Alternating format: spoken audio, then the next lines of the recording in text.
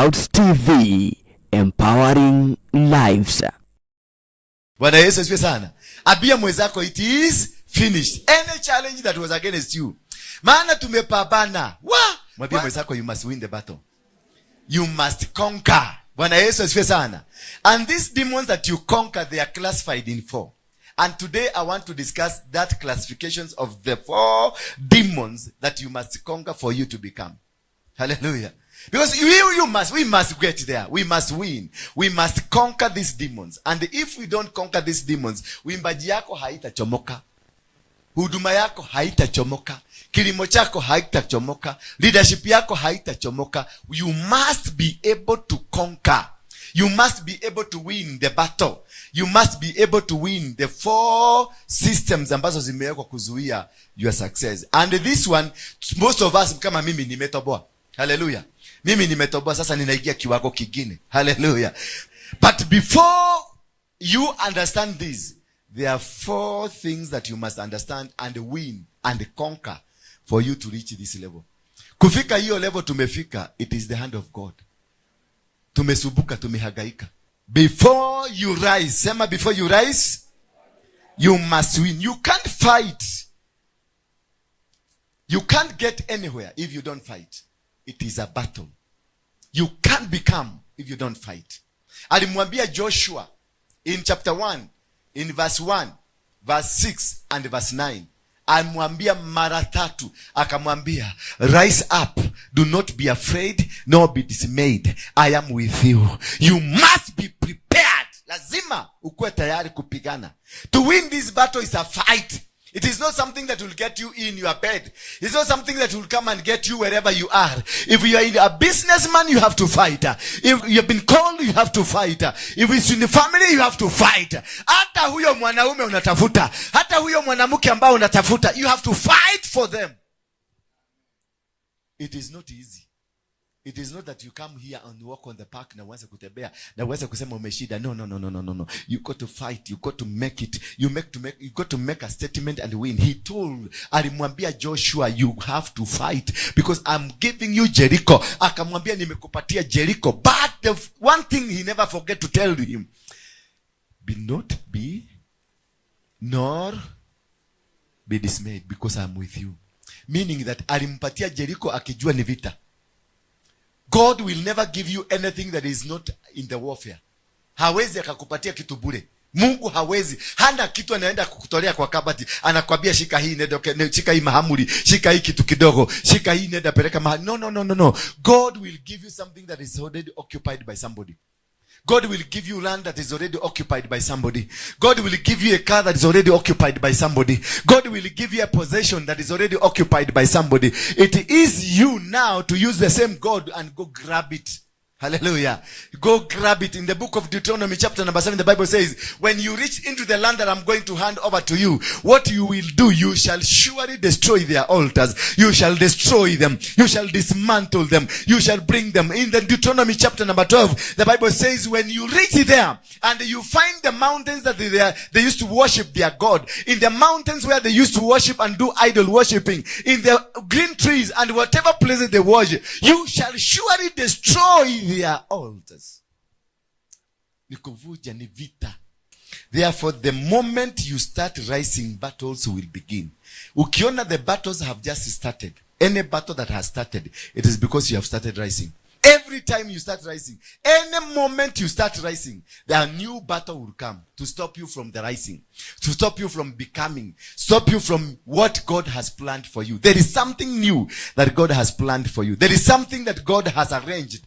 There is something that God has created in you. And there is a promotion that God is creating. There is a business God is creating. There is a move that God is creating. A warfare will rise up.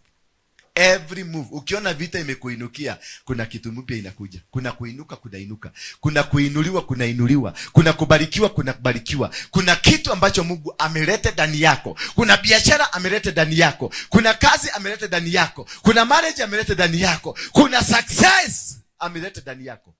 Kuna breakthrough inakuja. Ndio kwa maana wamekuinukia. So in every rise, there is a battle associated with the rise.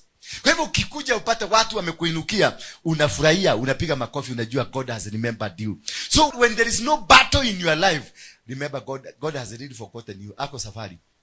Na uende msubue, mtafute tu hata kama na tusimu na tu satellite, mtafute mahali huko, muulize ni kwa nini Mungu umeniachilia hivi. Maana every single minute, it's a minute contained in battle. Every single move, there is battle associated with that move. Every single thing that is happening in your life, there must be a new battle. Lazima kutokee kitu mpya, lazima kutokee vita, na hiyo vita inakuwa confirmation ya kukupeleka pale. Kale kasena kanaitwa tulifena kali ilibidi kahagi. Muti 72 hours kalishikilia muti for 72. It's a battle. Bwana Yesu asifiwe sana. It is a battle for her to be recognized. Bwana Yesu asifiwe sana. Many people didn't see what she was doing. She was not just doing the hugging. Hallelujah. She was opening a gate. People didn't know that she was opening a gate. Kenya is a star gate. Hallelujah. She is anointed. She is anointed because of the gate, not because of the Guinness Book of Record. To return the destiny of Kenya back to Kenyans, she had to do 72 hours. But for her, she even doesn't know. But God told me she's using her to open the gate of Kenya. And it had to be done in Nyeri. She wanted to go to Brazil, but God wanted to be done in where? Mount Kenya. The destiny of Kenya is back. God is using various people. Anatumia watu wengi, si mtu mmoja. Anatumia Waruinge. Tukiwa kwenye age ya Mungu kuongea na sisi in dynamics, in ways that nobody can be able to understand. Maana nyinyi wote mlikuwa nafikiria ni Guinness Book of Record, but it's not about the Guinness Book of Record. According to the spirit, to the realms, it is opening of a gate. But for her, na world, na ministry, wanamupeleka pata Guinness Book of Record. At least you have to be recognized. But the whole thing is about that she opened a gate. Hallelujah. Because these gates were stolen and taken by the white people. So, for her to go and hug a tree in Mount Kenya, ni kurudisha that dignity of gates back to Africa. So Kenya now, the star, because Kenya is a star gate. From the Mount Kenya, it's a star gate. Sasa rise high above. Kenya is the altar that rules the world. Bwana Yesu sana. Mount Kenya is the altar that rules the world. And therefore, Mount Kenya being the altar that rules the world, we must open all the gates. Mount Kenya has 4 gates. Kuna gate ya hii ya Mukuimondo hapa na Kuaga, kuna ile ceremony, kuna ile ya Meru ya Chogoria, na kuna ile ya Pade ya Kirinyaga. Those are gates. And those gates, they got a meaning. They are not just gates za kwenda kuoda wanyama, za kwenda kutembea. They are gates. And they are very important for your life, for the spiritual life of this country, and for the spiritual life of the whole world. Sasa ukipanda pale juu kwa mlima, kuna temple. Hallelujah. And this temple is built like the Stonehenge. Ukienda Stonehenge, na uende hiyo mlima, it is one and the same. Zinafanana.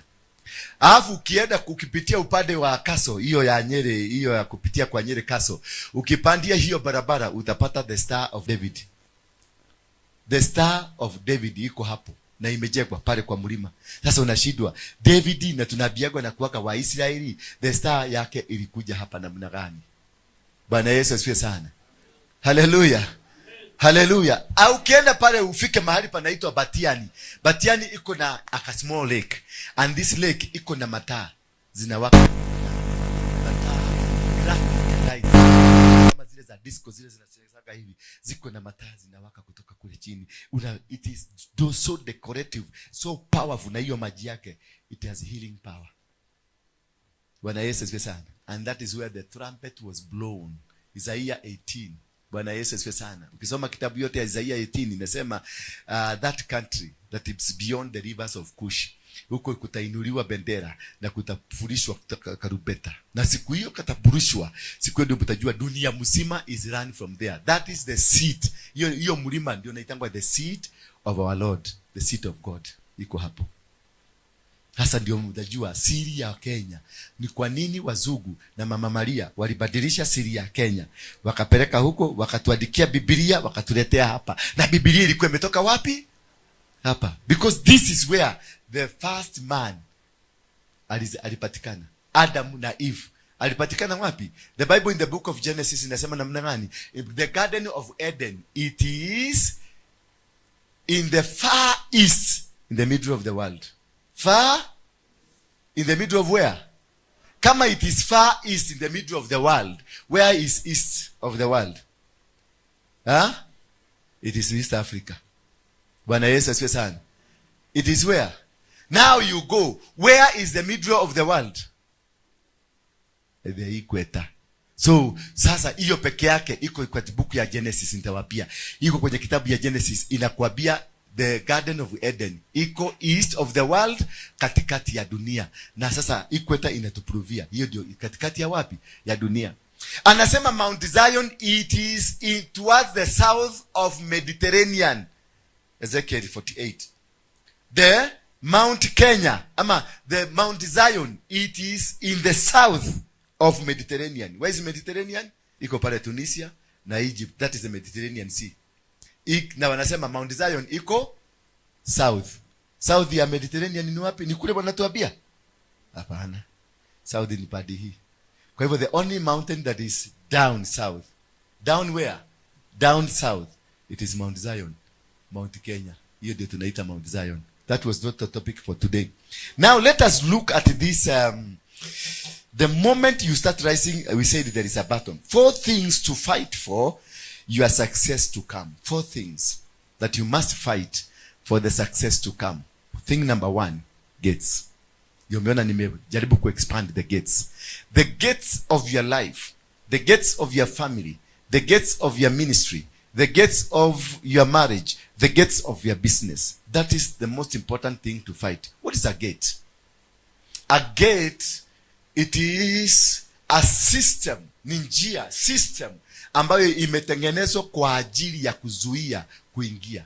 Bwana Yesu asifiwe sana. Imetengenezwa kwa ajili ya kuzuia kuenda. So for you to start your success story, a gate has to open.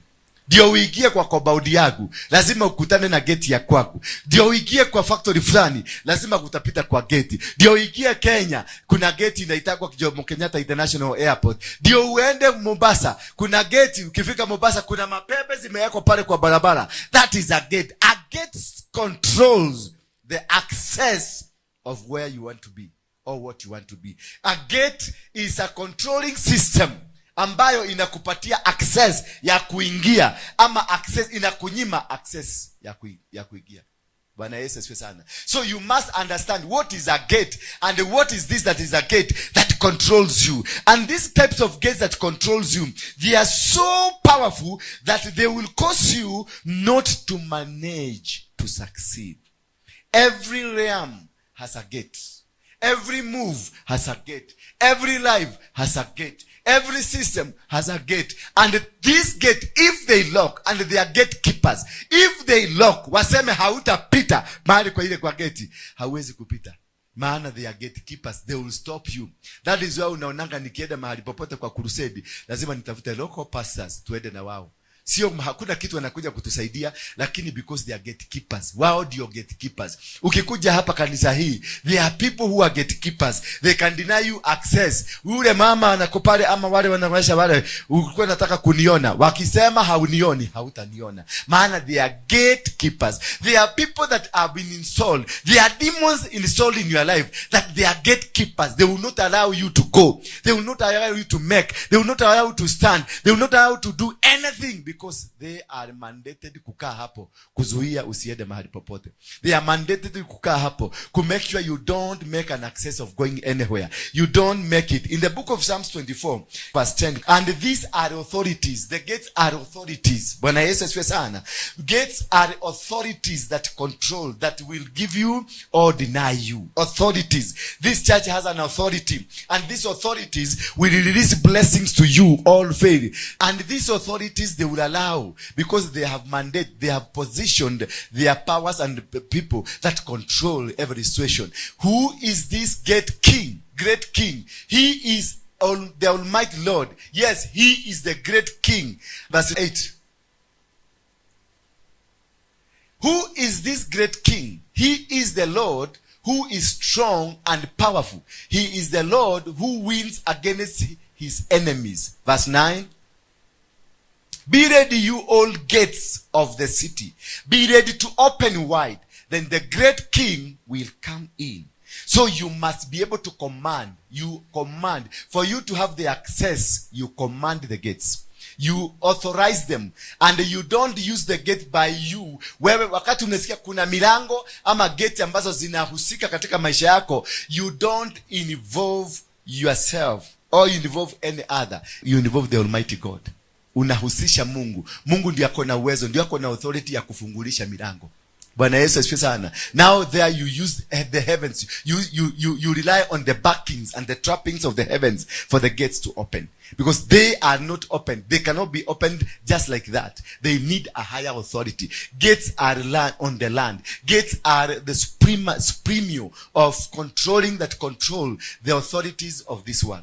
Bwana Yesu asifiwe sana. They are manifested in the kingdom, whichever the kind of the kingdom you are talking about, whether ni kwa shetani ama ni kwa Mungu. That's what nasema, you must be able to involve the heavenly kingdom so that its kingdom inakufungulisha milango. This is where now you release yourself to God and allow now the authorities, the heavenly authorities, to come and command. Because be ready, you all gates of the city. Be ready to open wide, then the great King will come in. Be ready. You command every gate. The gate can be your brother. The gate can be your father. The gate can be your community. The gate can be your language. The gate can be your business. The gate can be whoever that you have around you. You command them to open the gate. You command these gates. And you must have the power of heaven. You must have the control ya Mungu. Lazima upatane kuwe na heaven backing you when you are speaking to the gates. The gates are not only spoken. Uende kurukaruka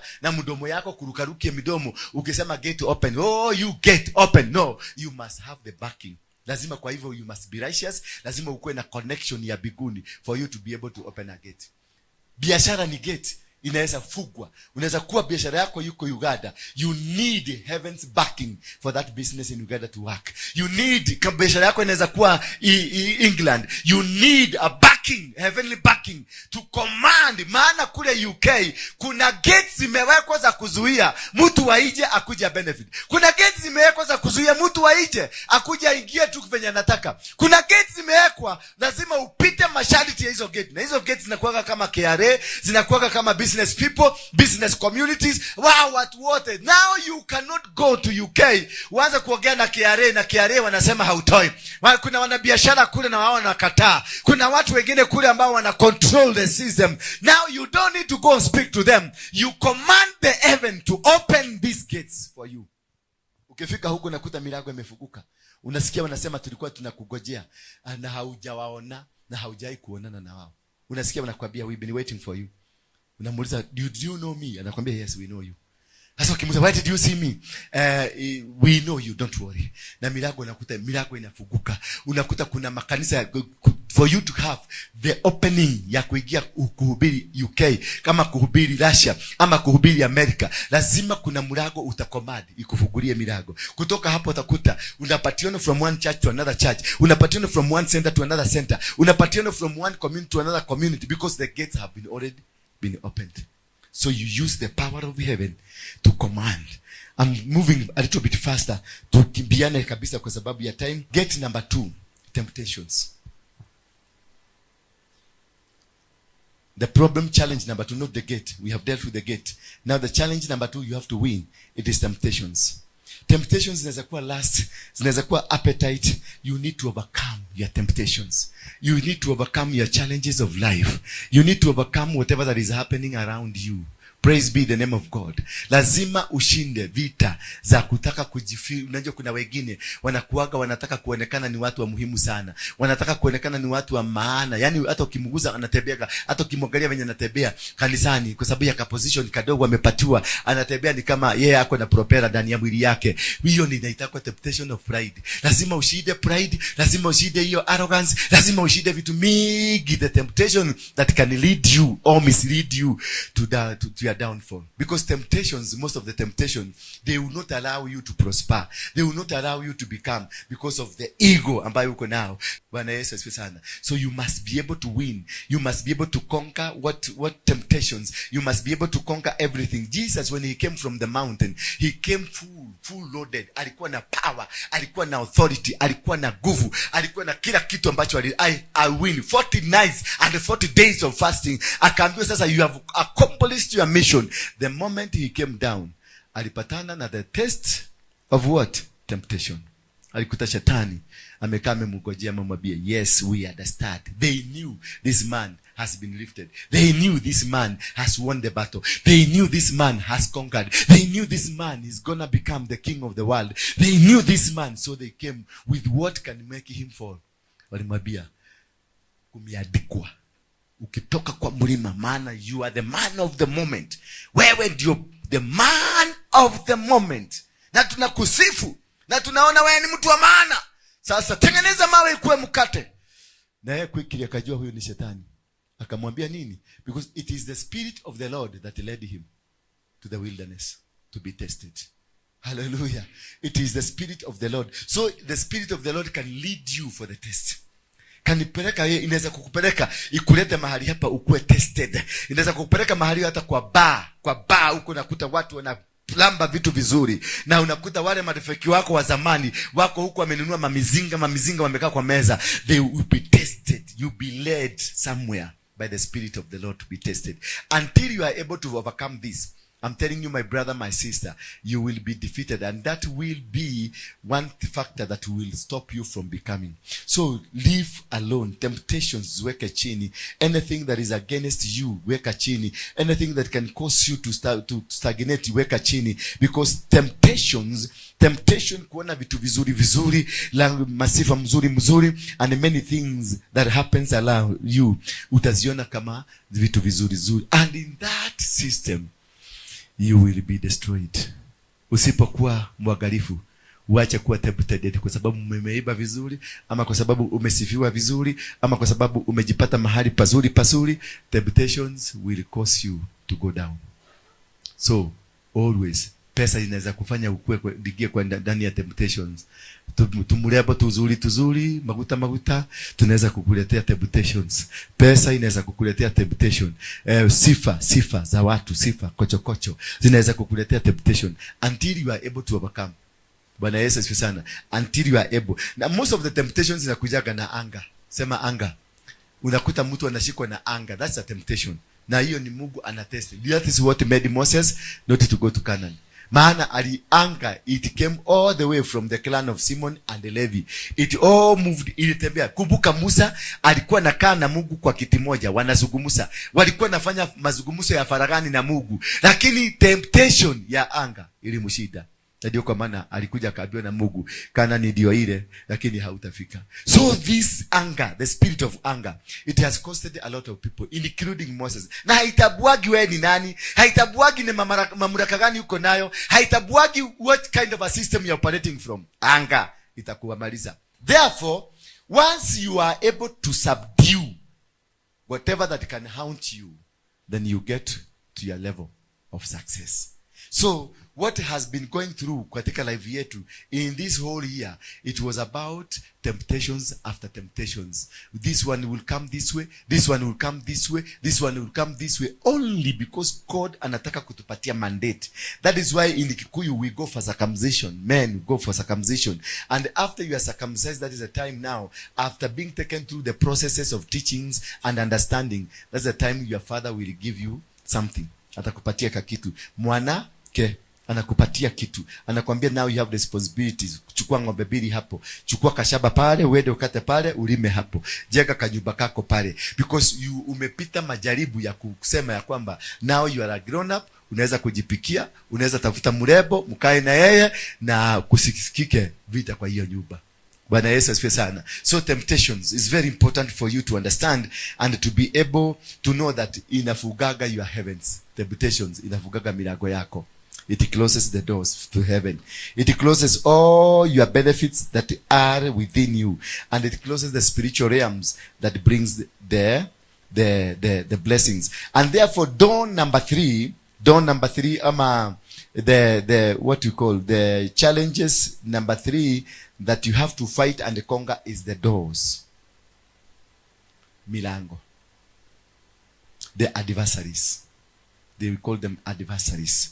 What are these adversaries that come into your life? If you can be able to look the book of 1 Corinthians chapter number 16 verse 9. 1 Corinthians chapter number 16 verse 9. When adversaries come, adversaries ni matukio ambayo yanakujanga katika maisha yako mpaka inakushagasa. Matukio nasikia watu wamerekodi kitu na wanakasabasa katika dunia mzima ndio usikike venye wewe ni mubaya. Those are adversaries. Unasikia mambo ambayo watu wanaenda kikao wanakaa chini kukudiscuss. Bwana Yesu asifiwe sana. Those are adversaries. Unasikia mipango ambayo unapangiwa na upangiwi na watu habari, unapangiwa na watu wa ndani, watu marafiki zako, wale mnakulaga na wao. Ndio walitoka hapa wakaenda kwa ile kona, wakapaga na wakakuja kwa ofisi kukula na wewe, wakikuchugulia, wakiangalia venye utaaguka. Maana wanaangalia system venye watakuagusha, wanaangalia system ule ukurigadhi weshoreka mudu. The adversaries. Bwana Yesu, God has given me the chance to do great work here, but many people are against what I am doing. Hallelujah. That God will give you a great job.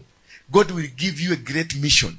God has given us a great mission hapa. Lakini every single people that we expected to become a blessing to us, every single person that we expected watasimama na sisi, they are all against us. The people I used to call my spiritual fathers that I regarded highly that they are going to support me, they're the one who fighting me. The people I regarded as the people that we founded together, we started the move together, they are the people that went against me. The people that I thought they are family members, ni watu wa familia, nikienda kwao wasikia sasa ni mimi nimekuwa apostle, watakuwa wakwanza kusimama na mimi, wao ndio walikuwa wakwanza kunipiga. Baba yangu ambaye nilikuwa nafikiria he is my father, amezaa. Mama yangu ambaye amenizaa, nikafikiria ndiye atakuwa wakwanza kusimama na mimi, ndio aliyeniuliza, utaweza? Nani atakufuata sasa? Sasa ukikaa hivi, nuro natahe mudo ngikurumirira. Akileta kwa maana amechukua historia yako ameiwekelea hapa. Na huyo ni mama yako mzazi na ni baba yako mzazi, anakuuliza kama utaweza. Hiyo mlango imefungwa.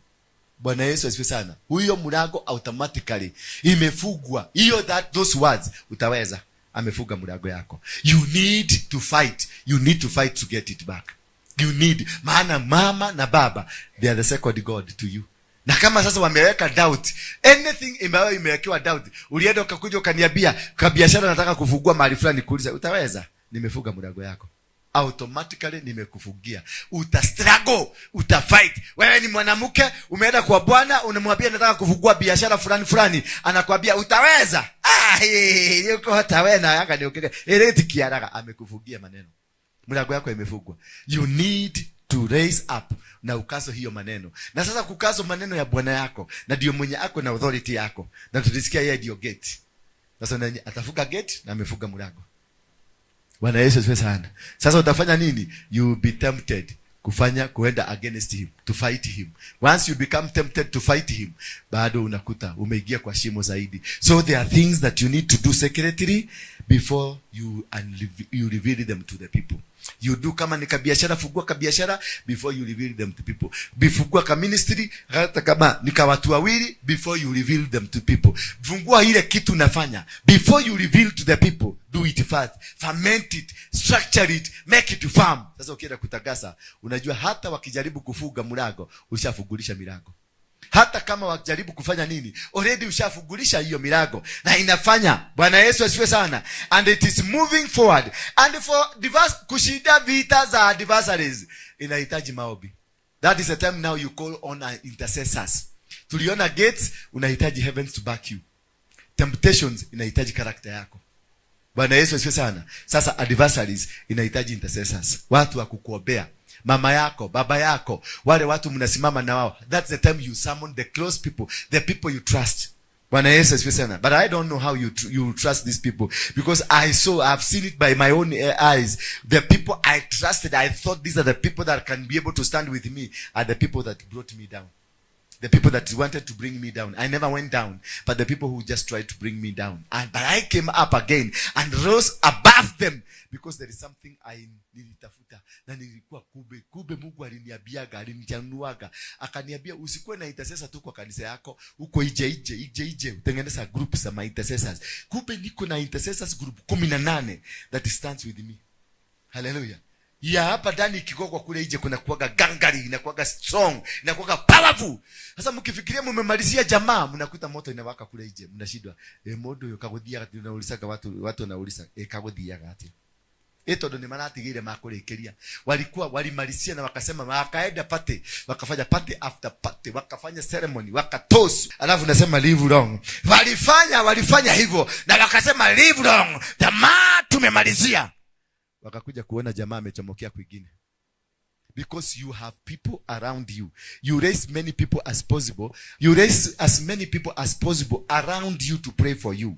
You don't just raise one person. You just don't have one person to ambaye anasimama na wewe. Tafuta grupu moja hapa, tengeneza grupu ingine, tengeneza grupu ingine, tengeneza grupu ingine, alafu tafuta authorities ambazo ziko juu yako. Unawapia hoyagera, una subscribe kwao, unatuma kakitu kwao, unatuma kakitu kama sasa I give my tithe. There is a place I give my tithes because that is my spiritual authority, which is a bit superior than me. So you have every quarter, kila mahali uko na watu wanasimama na wewe. For the adversaries who are defeated, you need people to pray for you.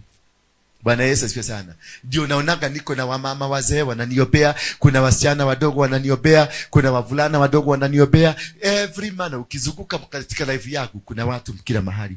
And for you to win this battle, you don't need to rely on one person. Rely on many systems around you. Build systems around you that will be gathering for you, that will be praying for you. Invoke the presence of the angels in your life. Invoke the presence of the Spirit of God. Spiritual realms. Invoke their presences and attract them. There is a way on how to pull a spiritual realm that fights in prayers. Inakuja nasimama na wewe. Inakulida na inakupigania. You invoke the stars to be around you. You invoke the moon to be around you. You invoke the sun to be around you. You invoke the element of water to be around you. Everywhere, all the elements that are supposed, all needed for you to stand, you invoke them. And there is a way you invoke them. You just don't go, I invoke you, I come here. Because all things that you are told are not good, they are good. Tuliambiwa nyota ni ya kishetani. Ukisomewa nyota ni shetani. That is, they lied to you. Because they knew if you summon stars to fight for you, because that is where your gifts, your talents, your power and your authority is, in the stars. Ndio nasikianga nyota ya mtu. Bwana Yesu asifiwe sana. Hello, Bwana asifiwe sana. Ukisummon mwezi, unasummon nini? The king of the night. Hallelujah. Because when in the book of Genesis chapter number 1, the Bible says, alitengeneza a bigger light that controls the day, and another smaller light that controlled the night, and the stars that controlled the destinies. It is the creation of God.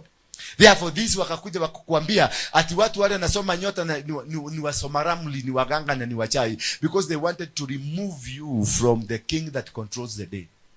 If you summon the king of the day is the sun, summon him to fight for you. If you want the night, summon the king of the moon. In the night, he will fight for you. Summon the king that holds the destinies and your stars. Bring them, control them, and then summon them for the authorities to come.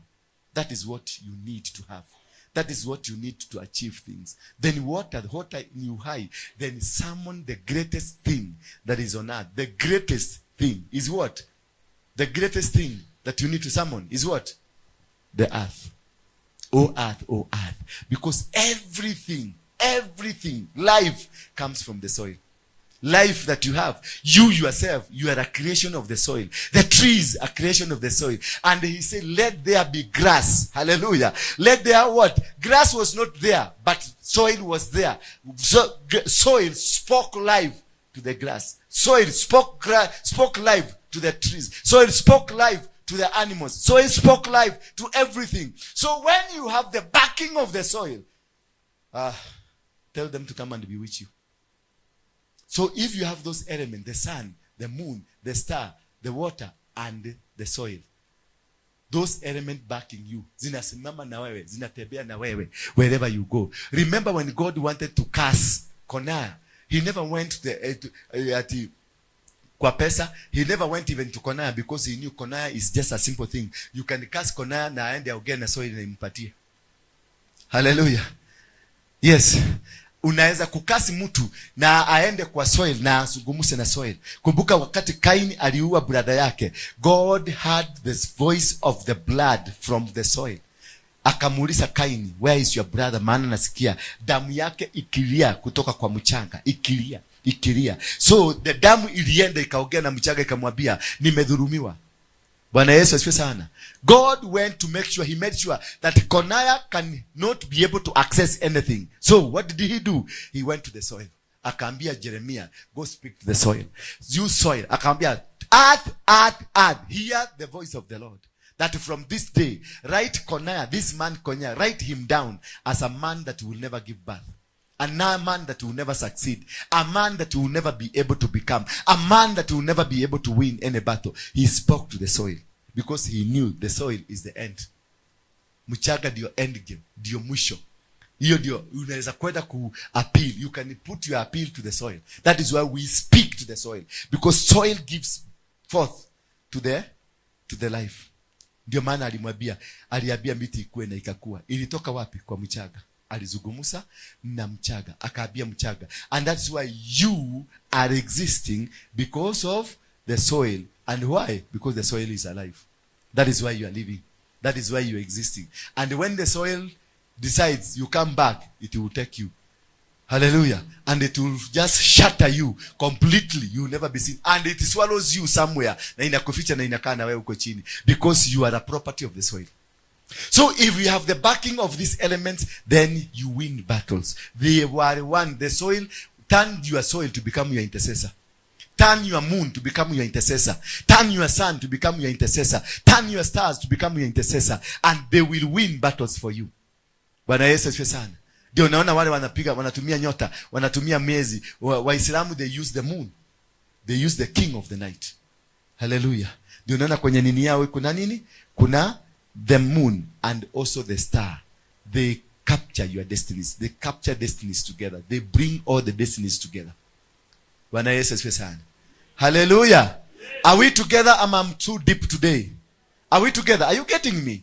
That you have to raise intercessory. Sio tu kwa wale wa mama mnakuaga nao wa mshene. Wale wa mama mnakuaga na wao mnafikiria they are interceding for you but they are fighting you. Intercede. Let the moon to become your intercessor to control the destinies. The stars that control the destinies, bring them on board and nobody will be able to touch you. Hakuna mtu atakuguza. You'll win. Hiyo ndio Waingereza walifanya, ndio wakatawala dunia mzima. Ukienda kule Uingereza they use all these elements. Ukienda Stonehenge they use all the 5 elements nimewaambia ziko huko. Na hizo elements ziko Mount Kenya. Bwana Yesu asifiwe sana. Ndio uliona mara ya kwanza wakati tulienda huko mvua ilinyesha. Silinyesha. Mara ya pili tulipoenda huko msimu mvua ilinyesha, maana tulienda kuhakisha moto. Wakati unaakisha moto, it is the element of the sun. Unaileta the element of the sun. Wale waliangalia juu saa hiyo tuliakisha moto, huko kwa jua kulikuwa na jua inaonekana and a star karibu nayo ilikuwa inatembea nayo. Maanisha tuliakisha moto. Tulifanya the element of the fire. Hallelujah. Bwana Yesu asifiwe sana. So I'm teaching you deeper tonight. David prayed and God made Ahithophel. Yeah, when you are faced by adversaries, because Ahithophel was one person that was fighting David and wanting to kill David, David prayed to God and silenced the mouth of Ahithophel. You can raise up your voice and silence. You don't tell people to stop speaking. Usiwakatase wasiendelea kuongea. But get into your deeper with God. And shut their mouth. Funga vinywa vyao. Ama waachilie waongee lakini wasisikilizwe. Bwana Yesu asifiwe sana. Waachilie waongee, waendelee kuongea but they will not be heard. Hakuna mtu atawasikia. Hata wakiongea wataongea maneno ambayo yatapotelea within the vicinity. Hapo tu maneno inaenda. Bwana Yesu asifiwe sana. Sasa utakuta walipanga, waliongea, wakafanya vituko zao zote, lakini at the end of the day walirudi wakafanya nini? Bwana Yesu asifiwe sana. Maneno iliongelewa, lakini watu wanangojea action ifanyike. mnaogoja action, hakuna action inafanyika because I cancelled. I spoke to the heavens, nikaiambia wacha waongee, but beyond hapo wako, hiyo maneno ishie tu hapo. Nobody will hear, nobody will know. You just command. That is what David did. He silenced this man. Akamunyima hiyo mehomo yake. Maana unapotoa mehomo, hii mehomo is supposed to spread. Iende kule. So you cancel the spreading. You let them talk. You cancel the spreading. And that is the end of it. And this can only be done when you have the intercessory. People are interceding for you. Systems zote za dunia, someone, they intercede for you. Nobody will be able to touch you. And that's where many people are rising. Unaona mtu kama Ruto anasema namna gani? Anaona wapi? Anaona Singapore ni Kenya. He is seeing it. Nyinyi kaeni hapa mkisema Kasongo, he is seeing it. Anaona akikuwa hapa 90 years, akiwa hapa at age 90, akiwa hapa akiongoza, he is seeing it because he has summoned the intercessory system that can fight for him.